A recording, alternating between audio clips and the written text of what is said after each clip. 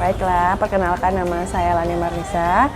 Saya pemilik dari Rumah Tanjak Melayu. Nah, kebetulan untuk Tanjak Melayu ini kan sudah awalnya ini kan merupakan ikat kepala untuk khususnya orang Melayu. Nah, kemudian dengan berkembangnya zaman, kita mulai deh membuat tanjak Melayu yang kreasinya. Seperti ini namanya Tanjak Melayu kreasi, karena kan kalau untuk yang warisan itu tidak dibenarkan untuk dibuat secara umum gitu. Ini boleh masuk ke sesi terakhir ya, Bu ya?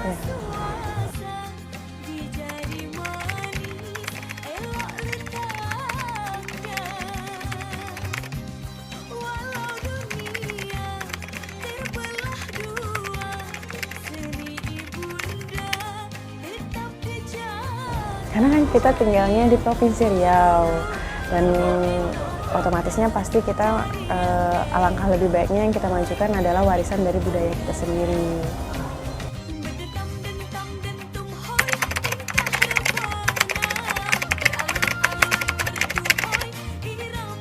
Usaha ini udah berdirinya sejak tahun 2015. 8 tahun ya? Iya, tapi ini dulunya tidak di sini, di Siak. Oh, sebelumnya di Siak ya, Bu? Iya, sebelumnya ini di Siak, karena notabene Siak istilahnya kan kalau di Pekanbaru ini kan udah jadi namanya ibu kota kita ya, otomatis orang lebih ke sini. Jadi untuk pasarannya lebih apa di sini lebih berkembang di Pekanbaru.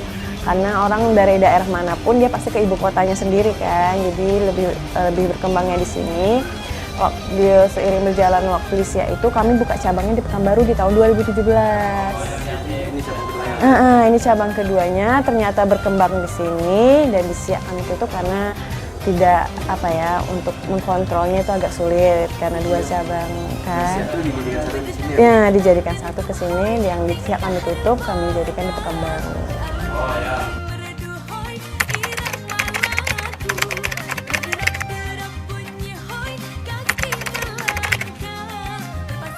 Dan itu sih nominalnya. Boleh nominal, boleh kisaran. Kisarannya itu hampir 50 sampai 100. Karena kita kan kain kita beli sendiri kan. Itu tuh kita nggak, karena kita produksinya banyak, kita itu nyetok barang itu memang langsung budget segitu, dari 50.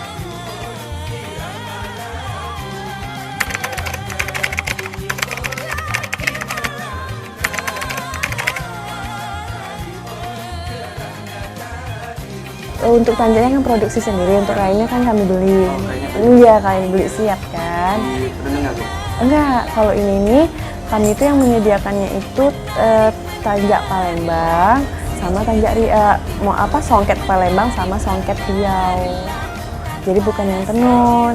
Yang tenun itu kan dia pakai alat. Nah, itu tuh memang ada juga di Pekanbaru beberapa tempat. Kalau kami khusus untuk pembuatan tanjak dari bahan yang sudah jadi. Dari bahan udah jadi gitu. Sebenarnya kalau ada yang request dari batik bisa juga kami bikinkan, atau dari kain polos juga bisa. Menerima semua bahan gitu. Kami menerima semua bahan yang mau dijadikan dalam bentuk tanjak, tapi khusus tanjak Melayu aja ya. Kalau misalnya kadang ada juga yang request untuk yang kayak belangkon, itu kami nggak bikin karena kami bisanya cuman ini tanjak Melayu aja.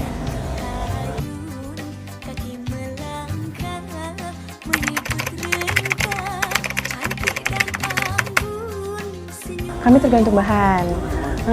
Kalau dia bahannya itu dari kain songket Palembang, itu kisaran harganya itu 45.000 khusus dewasa.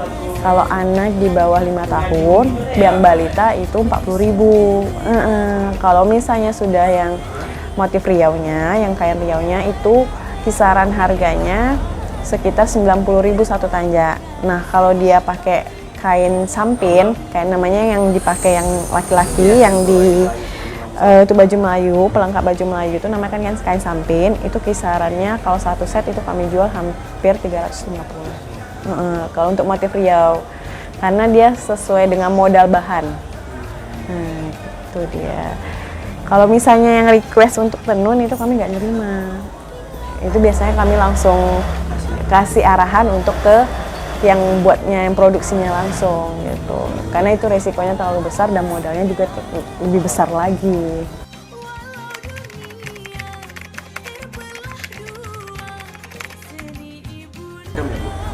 Kami ada 3 itu. Ada pial ayam, ada menyongsong angin, sama hang tua. Tapi kalau hang tua ini karena dia jarang lah peminatnya, lebih banyak ke pial ayam sama menyongsong angin, jadi 2 itu kami bikin aja. Jadi kalau yang hang tua itu jarang ya? Iya, jarang peminatnya.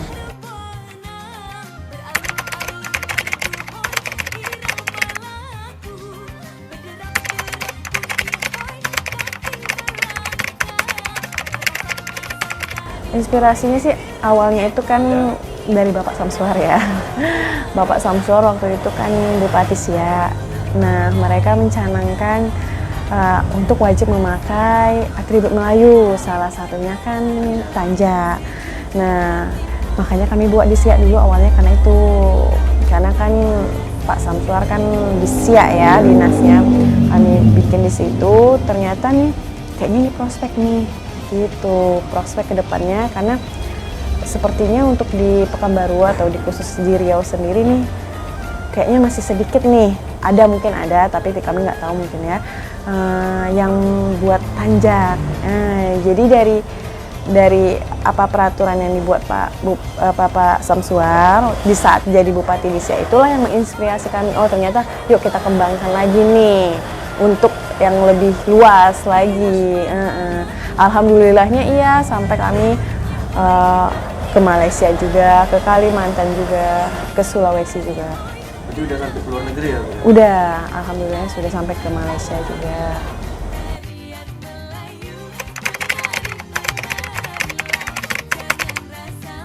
Ada. Ketiga itu? Iya, ada.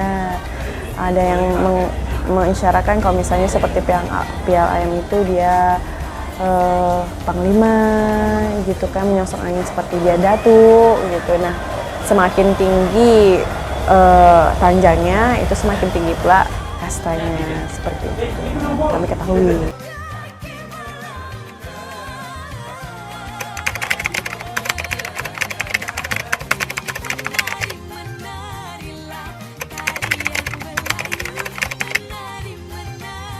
Kalau satu tanjak itu karena ini kreasi ya, itu kan kita modif sendiri.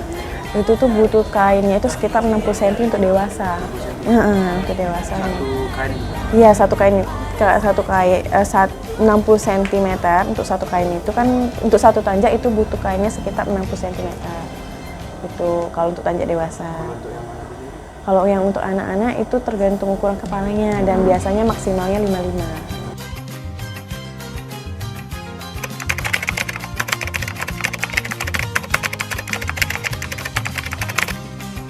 Kalau kesahnya ya, Positifnya atau negatifnya? positifnya alhamdulillah ya sekarang udah makin banyak yang pakai tanja.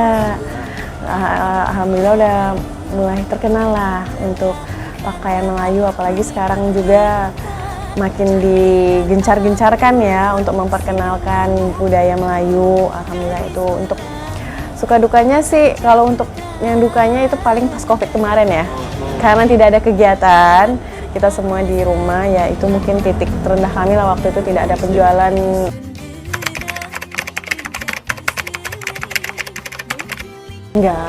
Enggak sih, karena yang namanya budaya itu kan nggak akan pernah luntur ya, selagi masih kita yang membawanya, kita yang memperkenalkan terus, insya Allah itu nggak akan itu. Cuma kemarin itu mungkin di titik itu karena tidak ada kegiatan dan nggak mungkin selamanya juga kita Covid, jadi ya kami terima-terima aja, paling yang itu aja sih.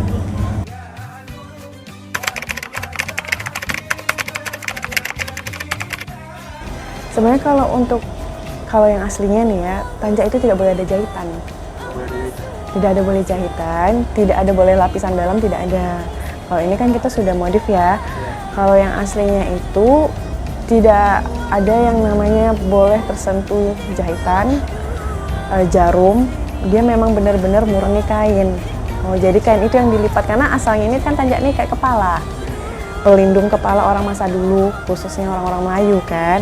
Nah, orang Melayu ini kan tidak hanya ada di Riau, di Kalimantan juga ada. Nah, untuk bentuk itu rata-rata hampir sama aja, yang membedakan paling sedikit mungkin agak kayak mana ya, mungkin tanjanya itu yang cara pemakaiannya mungkin, atau cara lipatannya. Kalau dalam bentuk sih pada umumnya udah hampir sama gitu. Nah, kalau aslinya itu tuh nggak boleh pakai benang, nggak boleh dijahit, nggak boleh terkena jarum. Dia memang harus murni kain itu yang dilipat, bener-bener real kain yang dilipat, yang dijadikan ikat kepala, dan itu butuh kain yang banyak. Nah, itu tuh juga tidak boleh diperjualbelikan, karena itu adalah salah satu warisan budaya. Nah, kalau mau dijual ya kita yang modif kan.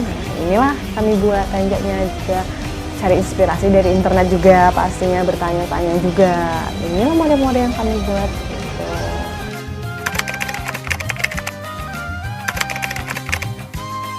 Motifnya, iya kita bisa beda-beda dia. Kalau motif Kalimantan itu beda. Kalau di Minang kan juga ada tuh kain mereka, songket mereka juga kan, songket Minang juga ada motifnya itu. Kalau kita kan ada motif pucuk rebung. Beda-beda dia, ada macam-macam sih. Kalau untuk motif itu yang membedakan antar daerah tuh cuman motif dari bunganya sendiri. Kalau untuk Riau ada lagi pucuk rebung gitu. Kalau Kalimantan beda lagi bunganya gitu. Itu aja sih yang membedakannya.